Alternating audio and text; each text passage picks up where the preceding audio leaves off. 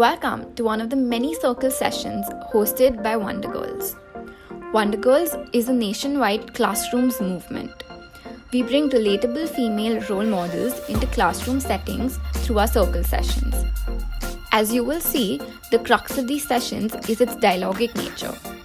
We're currently working with 150 plus classrooms across 7 Indian cities. Our aim is for every adolescent in India to have access to relatable female role models. I welcome you once again and hope you enjoy learning from our speakers' life journey and career path. Welcome, Vedangi. Nice to see you here. Hello, nice to meet you. Thanks for taking the time and space to join us here and engage with our kids. Yes, of course, no worries. I am happy to be here. Thank you for having me. So we have kids from two different schools. So one is so both are based in Chennai, and one is Puliur and another is Kotur. So both the kids are kids from both schools are very excited to see you and engage with you. So I'm not wasting any time speaking here, and I am directly giving you further engagement rights. That's awesome. Just to confirm, how long do I have? We have time till 6 p.m. Sorry, 6. We have time till 6. 1 hour. Perfect. Okay. So I would like to start with asking if should I start with any questions, or should I just literally give an introduction to myself and talk a little bit about what I do, where I am, and that sort of stuff? Preferable to you, whatever is preferable to you, it is. You can go with that. Okay, that's great. So, hello everyone. I am Vedangi. I'm 22 years old. I am currently in the UK. I'm originally from Pune in India, and sorry, I'm so used to saying it. I'm from Pune. And basically I grew up until I was 8 years old. I grew up in Panvel and then moved to Pune. And I had a very, adventurous upbringing. So my parents were into traveling quite a lot, and my mum loves to drive for long distances. And ever since I was a kid, my parents always took me to places in India to, they drove me for really long distances and showed me places. And anything that I learned in history or geography about India was taught to me in a more practical way. And I think that set me up for living a life which was very travel and adventure based, I would say. I went to a school called Nyan Prabodhini, and the teachers there were amazing, and they really tried to let me be me. But at the same time, what I really struggled with was um, to actually fit in. So yes, I was being myself a lot of the time, but I wasn't quite able to find my place in the world, because obviously I was growing up and everything. So the way um the way the school shaped me meant that I was eating kind of lunch alone. I was just not quite able to understand what I wanted to do with my life. And one thing led to another, and I got into football. I used to play football at national level, and I was a goalkeeper, or I used to play either a goalkeeper or in defense. And I had the goal that, I want to play football for India. I want to be like a proper professional, and that's where I want to take my life. And Yeah, I that didn't quite happen. So yes, I did play for national level and everything, but I then decided hmm, at the age of 17, 18, I decided that I was going to move to the UK. And the idea was that I would move to the UK, I would take all the international, qualifications in football, and kind of set myself up for a life where I'm able to come back to India and basically be a football coach, and set my own like goalkeeper coaching academy and stuff. And having always had a kind of business mindset, I thought that would be a great way to live my life essentially. Little did I know that after filing all of that paperwork, getting that visa to come to the UK and study, I had no idea at the time that my life would take a very, very, very different turn. So, one of the things that you should know about me is that before I moved to the UK, I had gone for a bike ride across the Himalayas. So, we all kind of know that there is this route that goes from Manali to Leh to Kardungla and Nubra Valley, and then kind of to Srinagar and stuff. And I went for a very kind of short trip before that to just be like, I want to just see if this whole bike riding thing works out. And I went for a trip there, and I realized that I liked it. I really loved riding my bike, and I was like, okay, I'm going to do something bigger. Um, and the bigger thing was basically going to be this bike ride across this whole route, Manali Leh route, and then Leh to Srinagar, and then Kardungla in between. And I was genuinely excited for it, but I had always thought that I was going to do this with some, with youth hostel, so YHAI, or some sort of, official like organizers. And that never ended up happening because I was 17, and you need to be over 18 to do one of those trips with some organizers.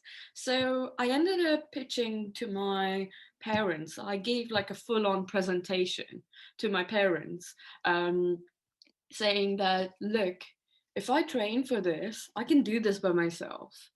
And I can, probably I can even raise the funds by myself. And I was being all confident, probably overconfident about it.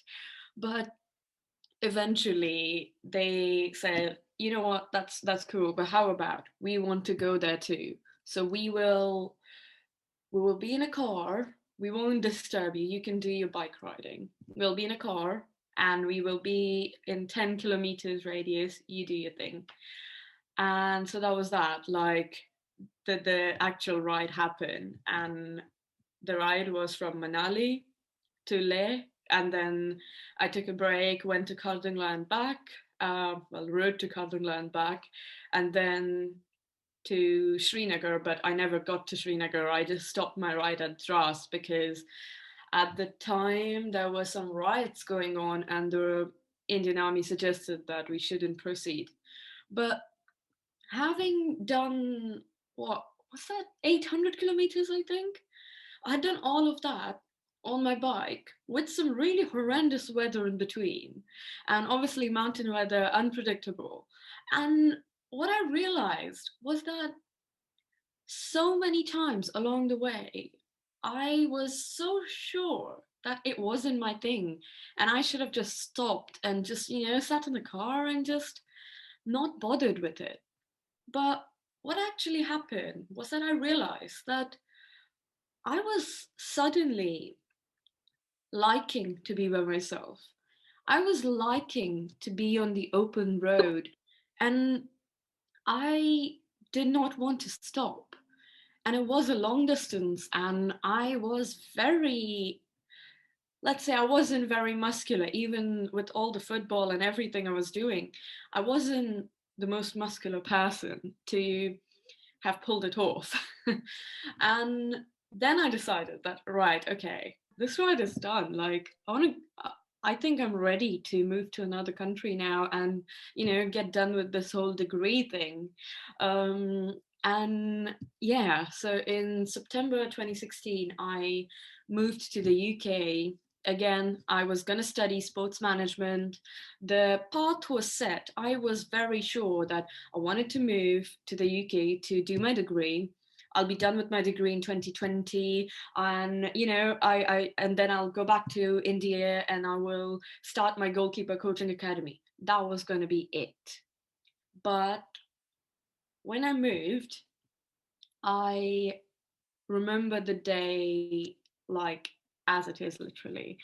I landed and I had no idea, I didn't even know what Heathrow is. I was like, oh yeah, that airport, but it's pretty big. I don't know what, I don't even know how I am meant to get to the place where I'm going to live. So I was living, well, I still do. I live in Bournemouth, and it's like 3 hour bus ride away.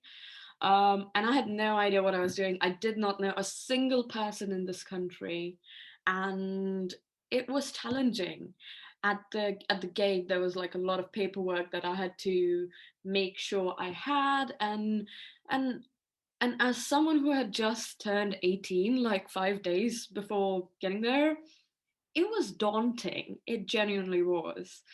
Um, and I just didn't really know what I was doing, but somehow I got to Bournemouth and in a bus that I thought was the right bus to take. And um, at the bus stop, I looked around and I was like, where do I go now? Like, what do I do? Like, I have this big bike box, I have a suitcase, I have this massive rucksack, and that's my life. Like, where do I go from here?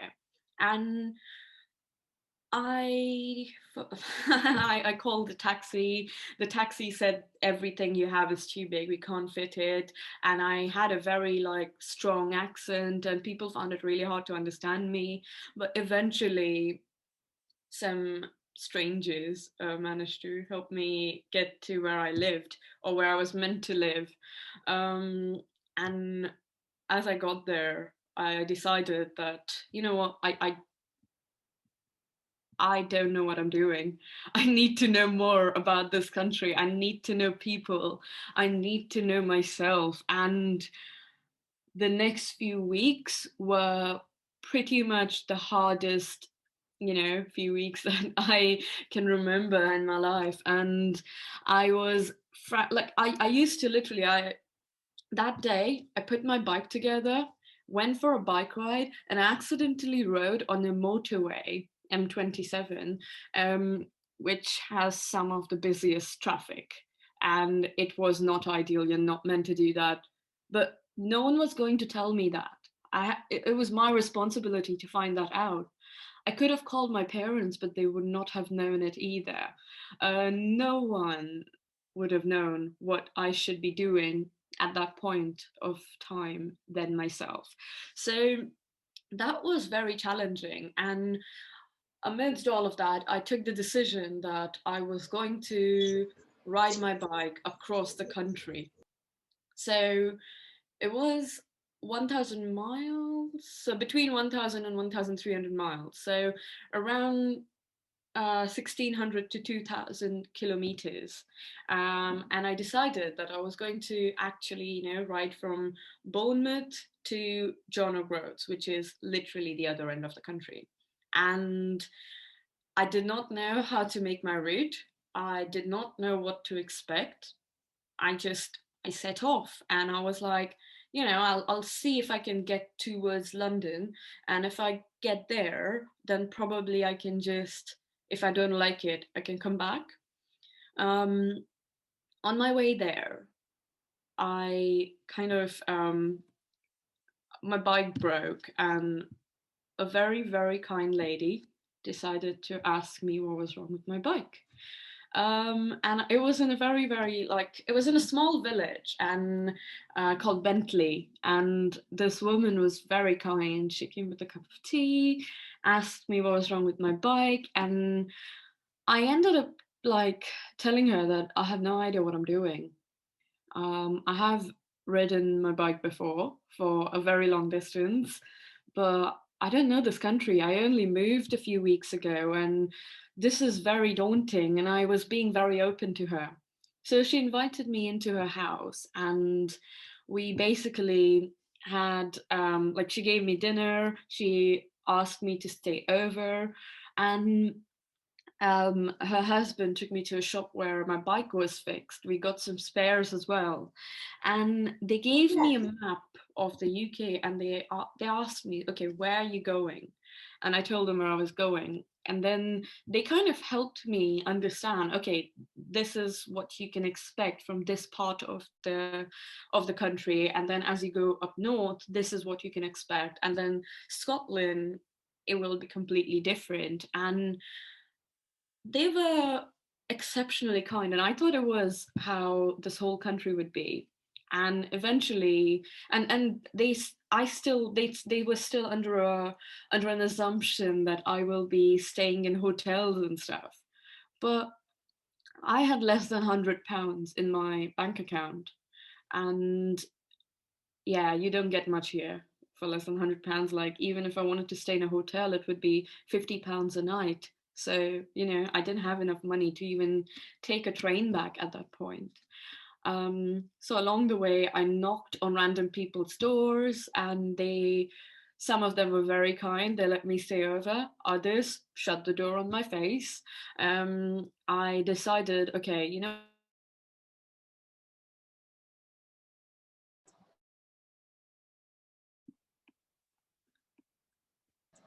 Yeah. hello, can you hear me? Yeah. Okay. So whilst it was a bus station, I would just find random bus stations along the way, which are sheltered in this country, and I would just sit under there and read a book. And the book that I was reading was called This Road I Ride by Juliana Buring. Juliana Buring is the first person to have set the record to circumnavigate the world on bicycle. Before that, women had gone around the world, but no one had set that record for Guinness. And she ended up doing it. She did not know anything about riding bikes until the age of 30. She learned how to ride a bike then, and then she went around the world and set this record. So, pretty impressive. And I was reading a book every time I felt lonely on my journey in exploring whatever this country is and whatever these people are. And as it turned out to be, I met some of the most amazing people along the way.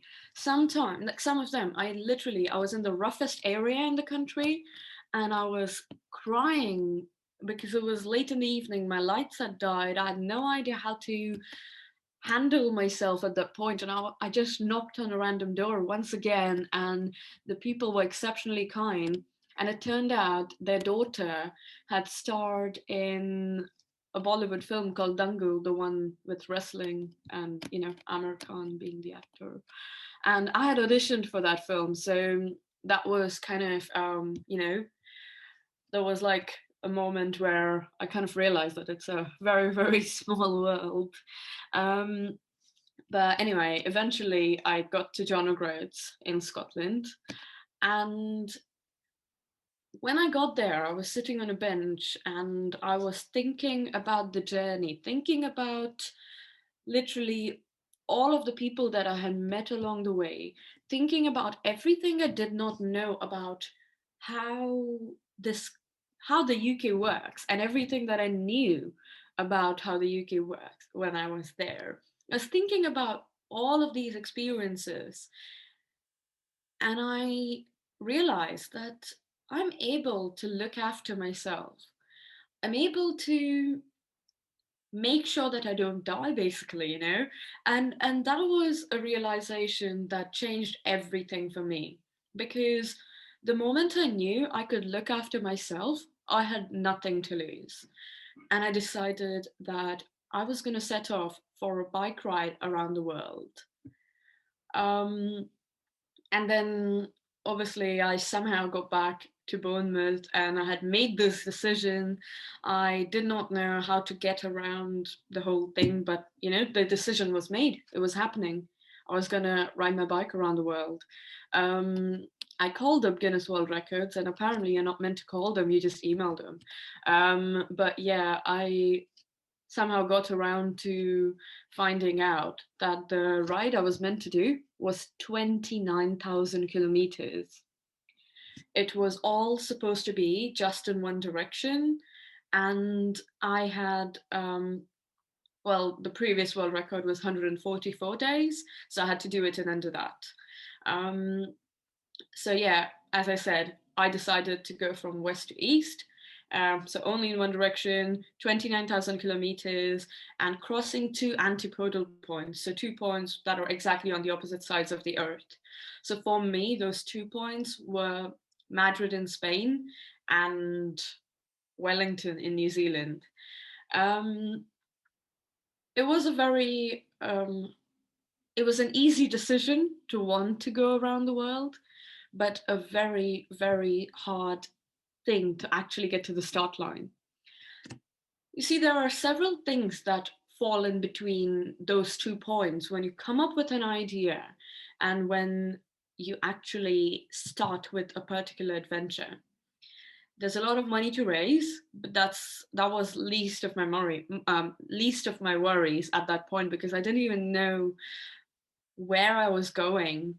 I knew I was going around the world. I didn't know what route I was going to take, how to choose the route, and which countries can I practically go to, given that I hold an Indian passport. And then how do I manage the visas? What will my parents think of it? What will the people that I know and respect think of it? If as a completely random person, I'm coming up with this incredibly ambitious plan, is anyone even going to take me seriously? So many questions, and I had no idea. So I started with speaking to someone in university, the head of the department of the course that I was doing. I spoke to him, and he said that he has no idea. And he said, frankly, it's crazy enough that it might as well, you know, not be possible. And I was like, that's not right. Like, you know, people have done this before. Like, before me, 2 women have done this before. And that means I can too. And I'm gonna find a way on how to do that. So I contacted someone called Mark Beaumont. Mark Beaumont has ridden around the world not once, but twice. Once he took 6 months, and the second time he took 78 days. That's fast.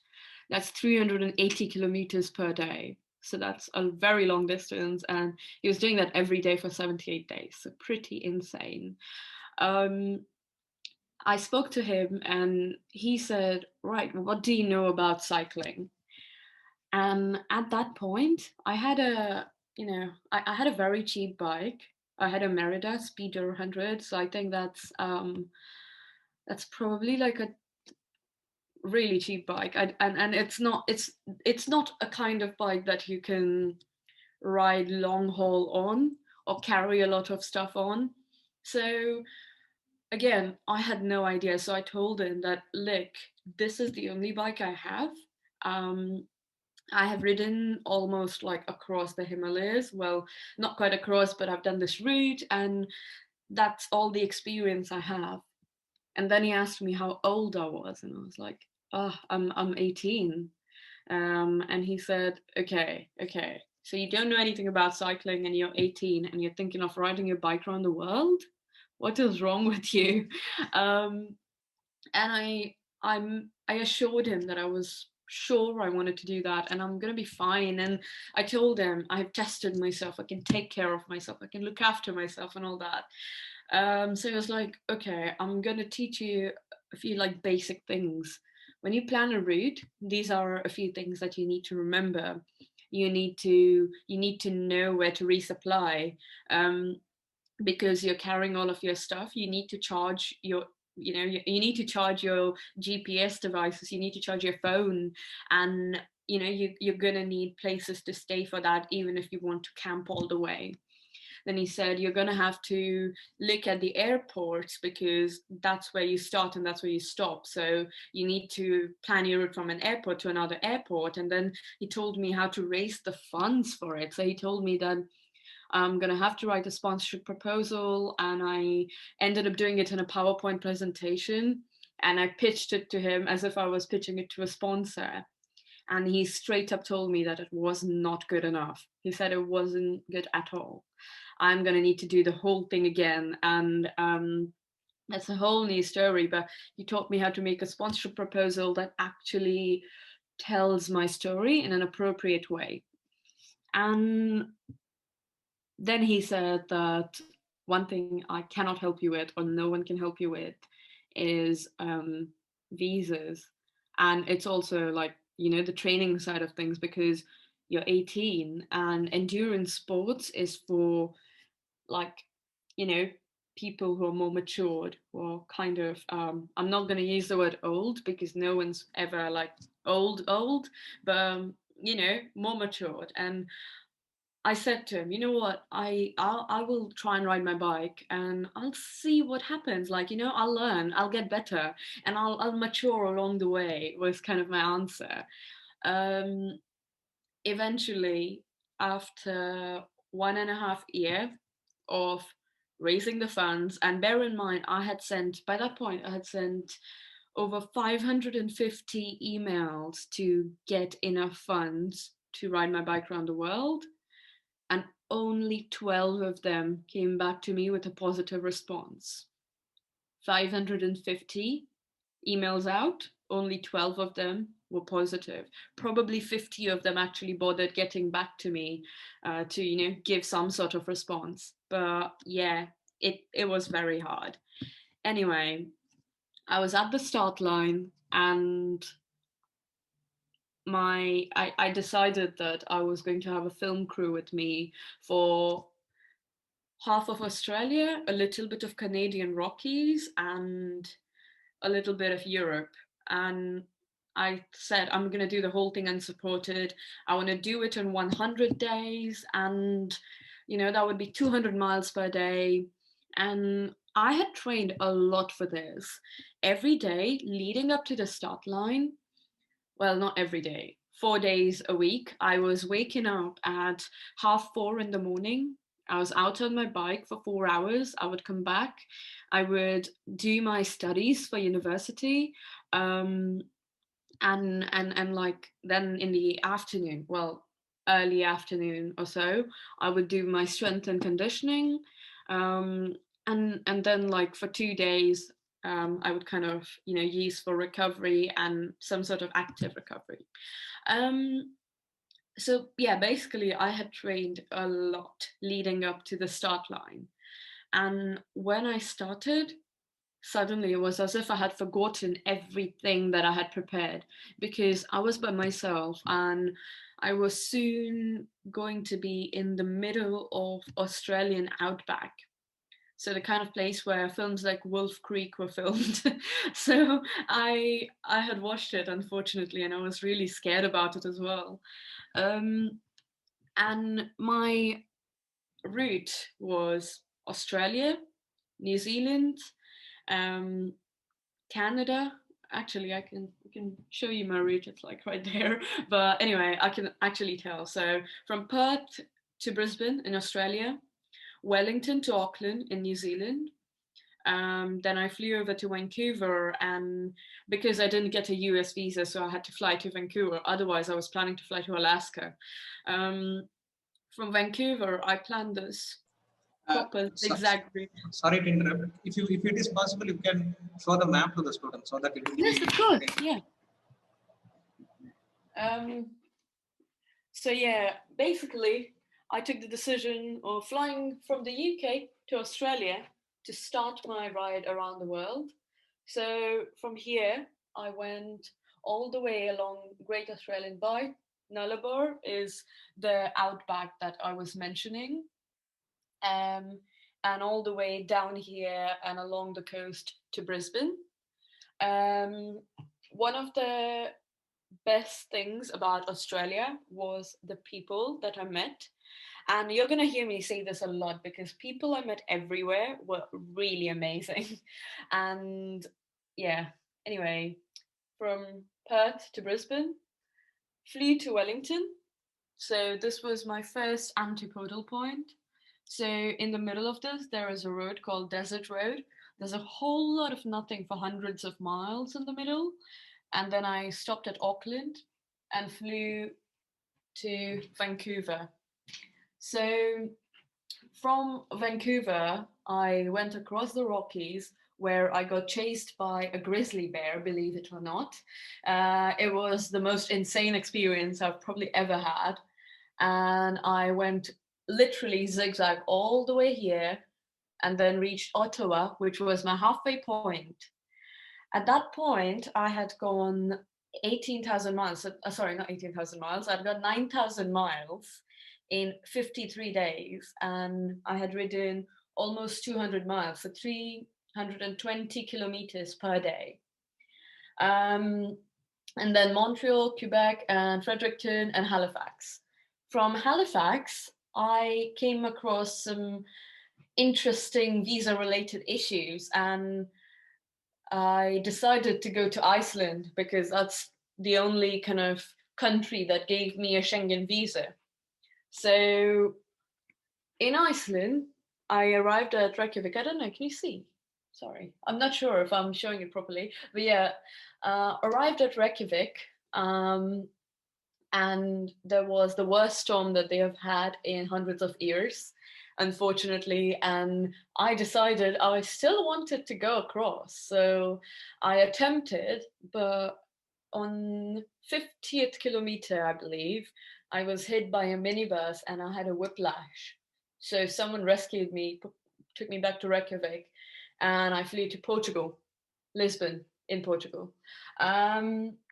The route thereon went Lisbon, and then Portugal, Spain, up over the Pyrenees, Bordeaux, across France, Belgium, a little bit of Netherlands, Germany, Denmark. Am I showing it right? Sorry, I can't see myself, so I'm not sure. Sweden, all the way across.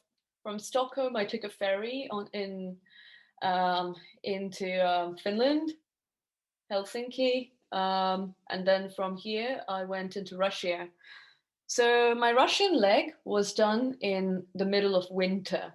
So it's the coldest I've ever been, minus 20 degrees. And I was still attempting to do 300 kilometers, but it was incredibly hard. And then around here is a place called Ufa, which is not on the map for some reason. But anyway, I flew from Ufa into India. And I flew to New Delhi, but my actual ride started from Ahmedabad, went all the way south, and in Kolkata. In Kolkata, I finished 29,000 kilometers of riding. Actually, I finished more than 29,000 kilometers. So I flew back to Australia, exactly where I had started. And that was my bike ride around the world. But an incident that really stands out in the whole journey is what happened to me in Spain. And that was the decision maker or whether or not I was ever going to be able to go anywhere again, whether or not I was going to be able to finish this ride, or would I even ever want to ride my bike again. So here's what happened.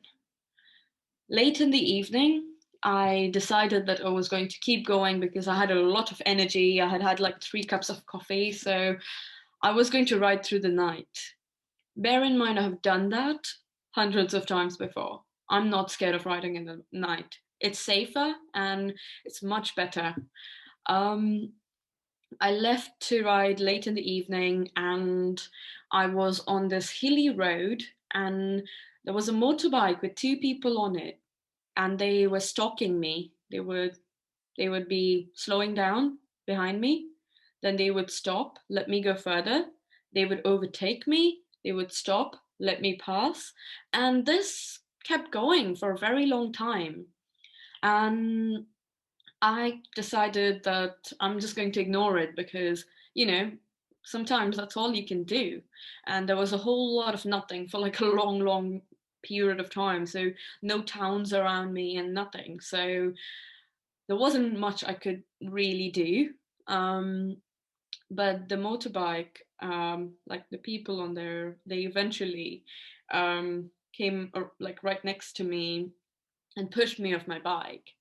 And the next thing I knew, I was on the floor, and just as I was trying to get up, someone held me and there was a knife at my neck. And that's the moment that I remember as if it was yesterday. There was a knife at my neck, and everything was out of my control. Everything that I had worked towards, everything that I had dreamed of could have ended in that moment. They were taking stuff from my bike, and I I was obviously scared, but I realized in that moment that maybe there is something I can do. If I get scared, and if I get scared, I think I'm going to do something wrong. So in order to keep that emotion away, I put it in some sort of mental box, and I looked at the motorbike, and I started memorizing the number plate, and I repeated it to myself in my head. It starts with a B, ends with a 6, and I repeated with to me in my head, and I was like, okay, all I have to do is just remember this number. If I keep repeating it to myself, maybe I'll remember it. For what? I have no idea. Um, I didn't say a word because it didn't seem like it was the right time, because I could have been killed. Um, I was pushed down from the side of the road, and I fell probably 8 feet down onto the back of my head. Well, not quite back, but like up my head. Um, and I was unconscious. From what it turned out, when I woke up, the bike was on the top of me. The people had gone, but I had no idea where I was, because falling on your head and having some sort of concussion, you just don't know what's going to happen. And I found a head torch, and I scrambled my way back onto the road. Looked around, my stuff was scattered everywhere. So I put it back in my bags, which were still there. Um, and I decided to walk in whichever direction I thought was the right direction to walk in. I still didn't know where I was going, but at the gas station, someone very kind helped me figure out where I was, what I was doing, and took me to a hospital. And I had a big decision to make, whether or not I was going to keep going. And the record attempt that I was on for was, I want to be the fastest woman to ride my bike around the world. I want to ride my bike around the world in 100 days. That was my dream. I had worked very hard for it. And in that moment, it was gone.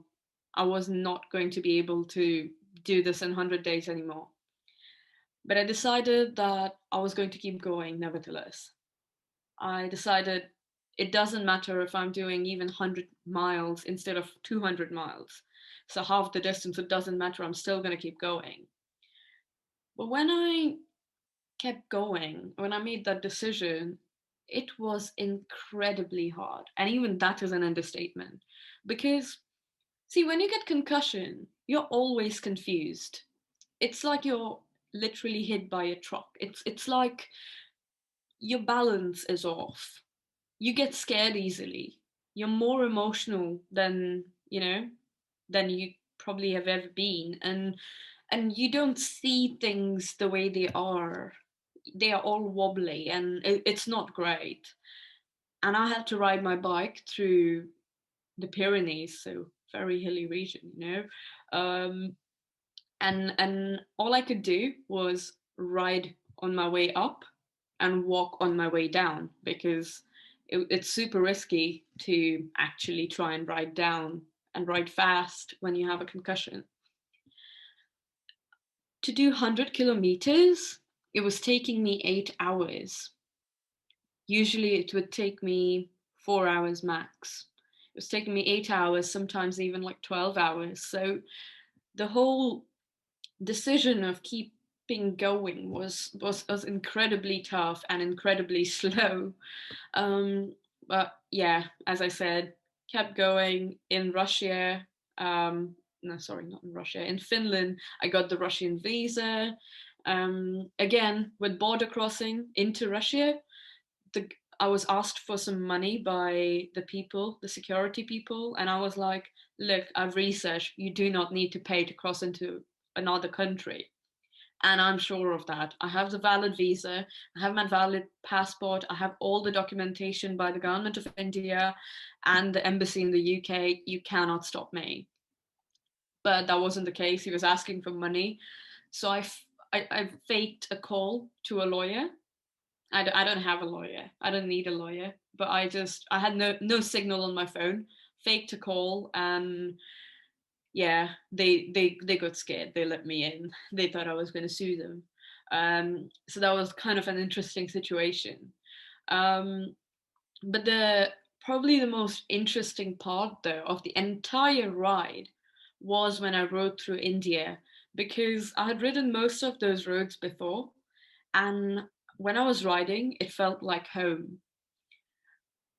It genuinely, like, I remember every day of my ride across India like it was yesterday, and it was beautiful. And um, my parents were there, and I hadn't seen them in months, but they had heard all these stories of me being chased by a grizzly bear, or me being hit by a minibus, me being almost killed at knife point and stuff. Like, they had heard all these stories, and they had heard um my my mental condition when I was in those situations. So they were thrilled to see me, and eventually got to the finish line and became the youngest woman to have cycled around the world. And now I basically Vedangi, we couldn't see your video. Sorry? We couldn't see your video. Oh, sorry. I think. Yeah. You see now? Oh, I think it got turned off for a minute. I'm really sorry for that. No problem. But yeah, so all of this was 2 years ago. So on Christmas Eve 2018, I finished my bike ride around the world, came back to the UK. Well, actually went back to India to renew my visa for the UK.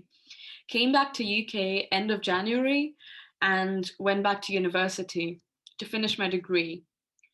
But 6 months into it, I realized that my mindset had changed. And it wasn't the usual post-expedition blues. It was more as if I now had a direction in life that I wanted to go in. I had a different purpose. And the fact that actually I had a purpose, and when you finally understand that you have a purpose, it makes sense to actually follow through with it. So I decided to drop out of university, and that was a hard decision because I had to actually convince my parents that it was a good decision for me. The way I did it was that I got into expedition management and that sort of stuff, and I decided to take on planning for someone else's Antarctic expedition. So this guy is planning to be the youngest person to walk to the South Pole, and I said that I can raise £10,000 for his expedition. And I decided that if I manage to raise that money for him, I can quit my degree and I can get a new visa for the UK and start my own business. So that's exactly what happened. I raised, instead of £10,000, I raised £30,000 for him. That's 30 lakh rupees. And quit university and told my parents that, I'm capable of this. Like I've traveled a long way from not being able to plan a route, write a sponsored proposal, or convince anyone that my idea was good enough to be fulfilled, to raising any sort of money, planning someone's polar expedition, and knowing some genuinely noteworthy people within the industry. So at that point, I wasn't ashamed of networking. I wasn't ashamed of public speaking. I had spoken in several schools in corporate corporations, and I basically, I just quit university, started my own business, and now I manage expeditions for other people. Some examples of what I do are, there are 2 polar expeditions. Well, there are 2 Antarctic expeditions that I'm managing. There's one Arctic expedition. There is someone who's doing a triathlon around the world that I have planned for him, and like I'm helping with anything that he needs along the way. So any sort of operational or logistical assistance. There is someone who is planning to run 2 marathons per day for 1 year. So longest distance to run within a year. I'm also managing that expedition. And I'm planning a big kind of, well, I'm not allowed to say it, but I'm planning some really big projects in different countries, which are more like adventure travel expos. So that's the kind of stuff that I do now: project management, expedition management. And I'm writing a book called The Need for Adventure, where I talk about why us as humans have some sort of need for anything adventurous, and it doesn't have to be in the outdoors. Just pushing outside our comfort zones is how us as humans have evolved. So I'm looking at it in different angles: the psychological angle, the philosophical angle, the scientific angle, and I'm talking to people of different ages from different fields of work, and who also have been on big adventures as well. But then when I talk about adventures, I'm talking more about expeditions in this case. But I'm talking to all these people and asking them questions about their purpose and why they think that some sort of adventure is necessary, or whether they think that. And I'm halfway through writing this book now, and it will be published next year. But yeah, for now, that's me. And are there any questions for me? Sure. Thank you. Thanks a lot, Vedangi. Like taking you from the journey you started and till now, it was great to hear the stories. Like great to hear the experiences. It's very tough. Like maybe even for me, like having to go out in the after certain age. It's only it's you get maturity. You go out. Like there's kind of stigmas attached to us. To come out of the cocoon and come out, and at a really young age you have traveled a lot around the world and traveled solo. It's very inspiring to hear those kinds of words. Truly hats off. And I think like most of the questions, the questions that were asked by the students have been very well uh, said by you in the story itself. Still, I would request if any of the students are having any questions to open up and ask. Right? I think like there are some technical issues, like some students have dropped off because some network issues. If there are any other questions, I will ping you in the chat, and whenever if you are free, you can just reply to those questions. Yeah, that sounds good. One question from me is like, how important is a failure in a person's life, and how it has been for you learning from those failures?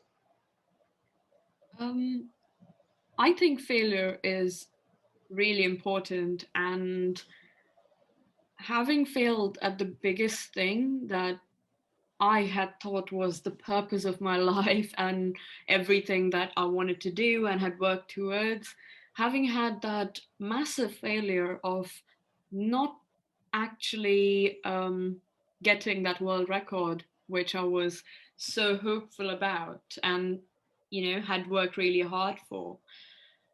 When I came back from it, And when I decided to continue, that meant that I had accepted the failure, and I had reflected upon it. I had learned something from it, and I still say that from with everything that I do, I hear so many no's. And in fact, I hear more no's on daily basis than I hear people saying yes to me. And again, like that can easily be seen as failure, but instead it's a learning opportunity. It's an opportunity to grow. And I think I learn something new every day from this particular, just that experience of having people say no to me, or having seen my biggest dream turn out to be just another ride around the world rather than a world record that I had hoped for. And yes, of course, like I have seen how people say that, oh, you're the fastest Asian to go around the world, or, you're the youngest woman to go around the world. Um, Hearing these things are great, but at the end of the day, I find it very like strange because those weren't the records that I had set out for. So like I had set out to be the fastest woman to cycle around the world, and having not achieved that, whilst it feels like a failure and whilst it really hurts, well, not anymore. It used to. For like the first year after the ride, I was like breaking down all the time saying, oh my God, I failed. But that year really helped me reframe everything that I'm doing. And it really helped me understand what I'm made of.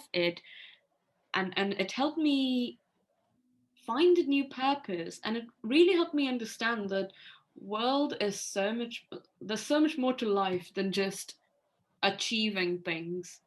And there's so much more to life than just having, that tagline of being the fastest, being the first, or whatever. But yeah. So nice to hear those things. And one more question, like that was asked in the chat. So, is there any like, if you take this cycling profession with some kind of passion, but does this also help us earn income? This was one question asked by one of the students. So I truly believe that if you believe in the idea that you have strong enough, you do find a way to make it work as like something that brings an income. So up until I quit university and I actually jumped on this whole, oh, I want to be an expedition planner, expedition manager, I didn't even know that was a thing. But when I managed to look back and see what it took for me to have raised some sort of money for my own expedition, but also to have been able to raise money for someone else's expedition, when I saw all of that, it suddenly made me realize that it's less about money and more about your skills.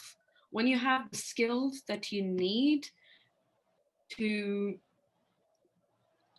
to make those ideas that you have inside of your head happen, that's when you have something that people will pay for.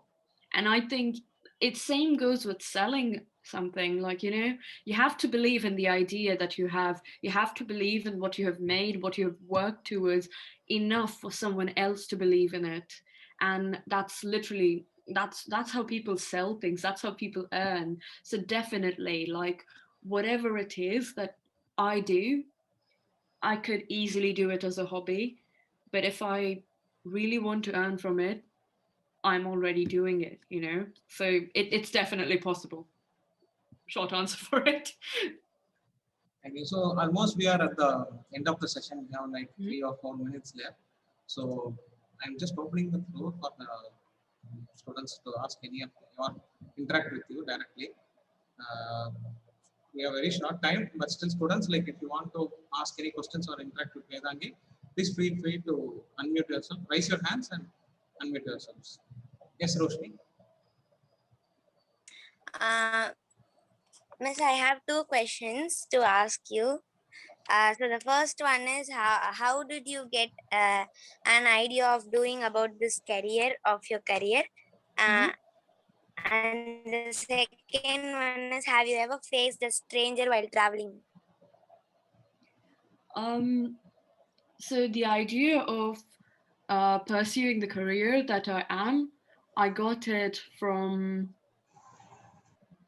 having a look at what I'm doing and speaking with people in the industry that I wanted to get into, and I asked them what they could use help with. So I asked people, if there was something that you would pay for that you don't pay for at the moment, what is it? And then I tried to do that. And then I realized I actually like doing that. And that somehow rolled into becoming my career. And as of facing strangers, yes, multiple. And I think usually I have learned now that strangers, if you more often than not, they're good people. So always look at people with a positive perspective, see more good than bad, and more good will come to your way, basically. And I always have believed in that. My father believes in that, and every time I've been scared about a certain situation, he helps me reframe my mindset around coming across strangers. But I hope that answers your question. Anyone else? We can have the floor for 1 more minute. Anyone else have any questions? Or you can come out and thank the speaker for the time. Shiva?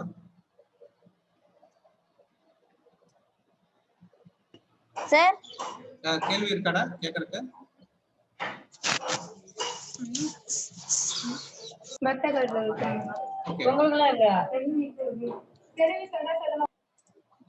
No problem. So for almost time, and it's very great for you to come here and spend our time. If you have if the students have any questions, we will maybe a message or email to you. Whenever you feel time, please get back to them. Yes, of course. Yeah, I will. Okay, yeah. Some of the students had some more questions, but they are facing some technical issues, so they have dropped off in between the meeting. I will play the recording to them, and we'll get back to you as. Yes, of course. Thank you so much for having me. It's been a pleasure talking to you guys. It's a great inspiration to hear you. Thank you. Thank you. Thank you, Vedangi. Your story is very, very, very inspiring. Thank you, Manasi. So patiently. It was wonderful.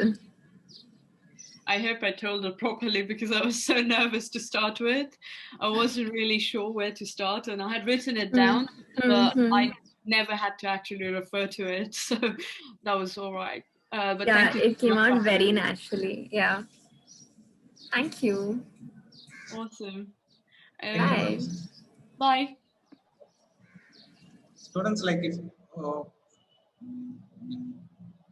no problem. Yeah, they are facing some certain issues. I will get back to you if anything. Yes, that sounds good. Thank you so much. Have a good day.